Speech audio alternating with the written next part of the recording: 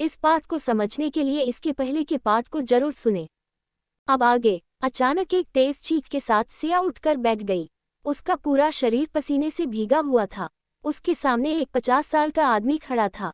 वह आदमी कोई और नहीं उसके चाचा राजेश जी थे, जो ऑफिस से आने के बाद सिया से मिलने के लिए उसके रूम में आए थे। सिया की चीख सुनकर वह भी घबरा कर सिया की तरफ देखने लगे।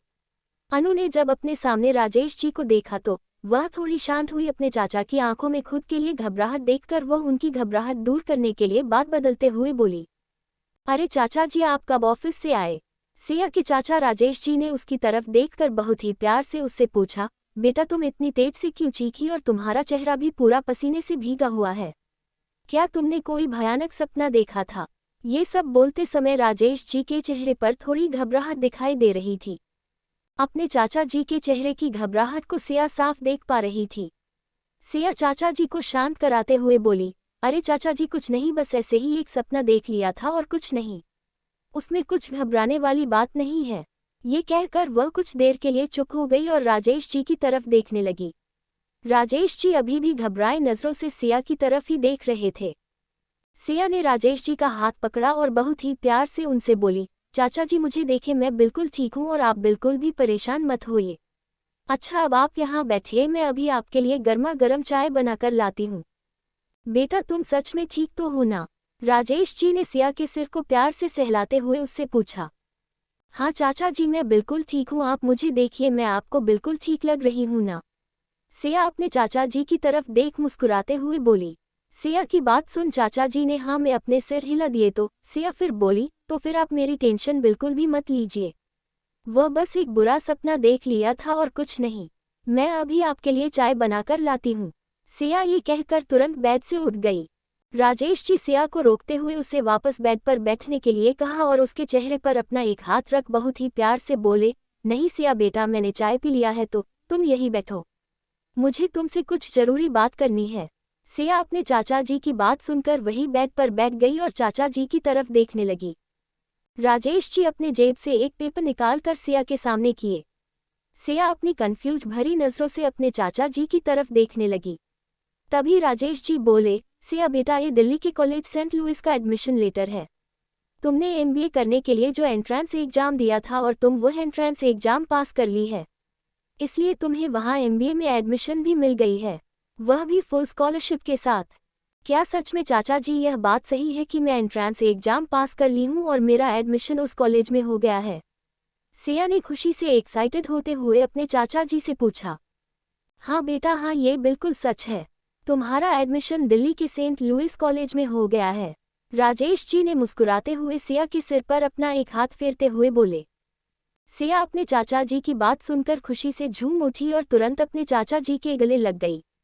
सिया को इतना खुश देखकर चाचा जी के चेहरे पर भी एक बड़ी सी स्माइल आ गई। कितने सालों बाद आज राजेश जी सिया के होठों पर मुस्कान देख रहे थे।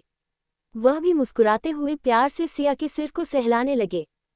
कुछ देर बाद सिया अपने चाचा जी से दूर हुई तो उसके चाचा जी उससे बोले, सिया बेटा, 2 दिन बाद से ही वहाँ तुम्हारा क्लास स्टार्ट हो जाएगा, इसलिए जल्दी से अपनी सारी पैकिंग कर लो। कल सुबह ही हम दिल्ली के लिए निकलेंगे और मैं तुम्हें वहाँ खुद छोड़ने जाऊँगा। सिया तो ये सब सुनकर और भी ज्यादा खुश हो गई। राजेश जी सिया के सिर को प्यार से सहलाकर वहां से चले गए।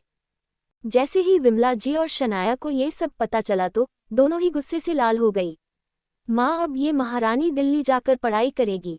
पापा हमेशा सिर्फ उस सिया के बारे में ही सोचते हैं, मेरे लिए तो उन्होंने कभी कुछ किया ही नहीं। शनाया अपनी माँ विमला जी की तरफ देखकर गुस्से से बोली, शांत हो जा बेटा, वरना तुम्हारे पापा को पता चला तो वह नाराज हो जाएंगे और अभी हम कुछ कर भी नहीं सकते क्योंकि उनके सामने हम दोनों की एक नहीं चलती।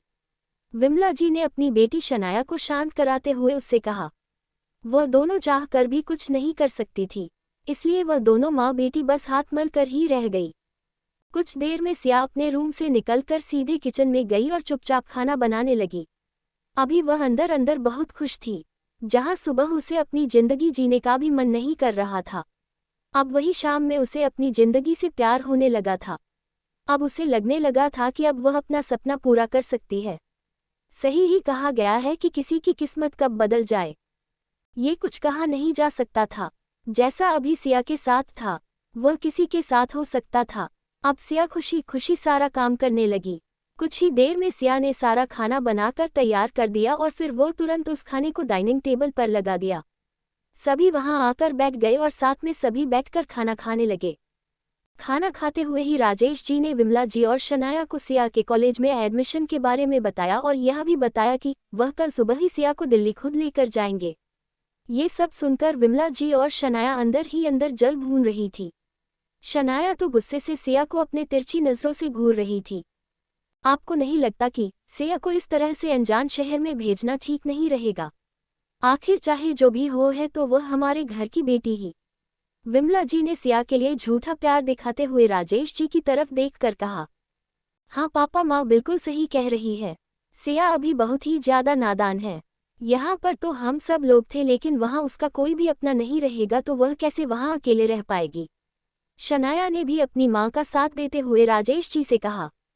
ये सब सुनकर सिया बहुत ही ज्यादा उदास हो गई। राजेश जी ने विमला जी और शनाया की बातों को सुनकर भी कुछ नहीं कहा। उन्होंने एक नज़र सिया की तरफ देखा जो उदास दिखाई दे रही थी। फिर वह बिना कुछ बोले अपना खाना खाने लगे। वहीं बैठी विमला जी और शनाया मन ही मन मुस्कुरा रही थी कि उनका प्लान कामयाब होने वाला है। कुछ ही देर में अपना खाना खत्म कर राजेश जी डाइनिंग टेबल से उठ गए। बेटा सिया, अपनी सारी पैकिंग कर लेना, कल सुबह ही हमें निकलना है। राजेश जी ने एक नज़र विमला जी और शनाया की तरफ देखा और फिर सिया से बोलकर वहां से चले गए। सिया राजेश जी की बात सुनकर फिर से मुस्कुराने लगी। उसका उदास चेहरा खिल उठा। वहीं विमला जी और शनाया अपने प्लान फेल होने पर गुस्से से लाल हो उठी। शनाया गुस्से से अपना पैर पटकते हुए डाइनिंग टेबल पर से उठकर वहां से चली गई। वहीं विमला जी डाइनिंग टेबल पर बैठकर सिया को घूरे जा रही थी, लेकिन वह कुछ कर नहीं सकती थी। कुछ देर बाद वह भी अपना खाना खत्म कर डाइनिंग टेबल से उठकर चली गई। सबके जाने के बाद सिया ने अपना खाना खाया और डाइनिंग टेबल पर से सारे बर्तन हटाए। फिर किचन में ले जाकर उसे साफ किया। फिर किचन को अच्छे से साफ कर वहां से सीधे अपने रूम में चली गई। सिया अपने रूम में जाकर अपनी पैकिंग करने लगती है। वह एक एक चीज बहुत ही ध्यान से पैक कर रही थी। सारी पैकिंग करने के बाद सिया अपने बेड पर जाकर आराम से लेट जाती है। इस वक्त उसके चेहरे पर बहुत ही बड़ी सी स्माइल थी। वह खुश थी कि अब वह अपनी पढ़ाई पूरी कर अपना सपना पूरा कर पाएगी। बहुत ही ज्यादा थकान होने के कारण वो अपनी आंखें बंद कर लेती है और थोड़ी ही देर बाद नींद के आगोश में चली जाती है। अभी कुछ ही देर हुआ था कि उसके चेहरे पर जो खुशी थी वह कहीं गायब होने लगी और अब उसके चेहरे पर घबराहट दिखाई दे रहा था। वह अपनी आंखें बंद किए हुए रही थी, लेकिन घबराहट के कारण उसका चेहरा पसीना से भीग रहा था। आज का ये पार्ट यही खत्म होता है। मिलते हैं नेक्स्ट पार्ट में। Bye bye.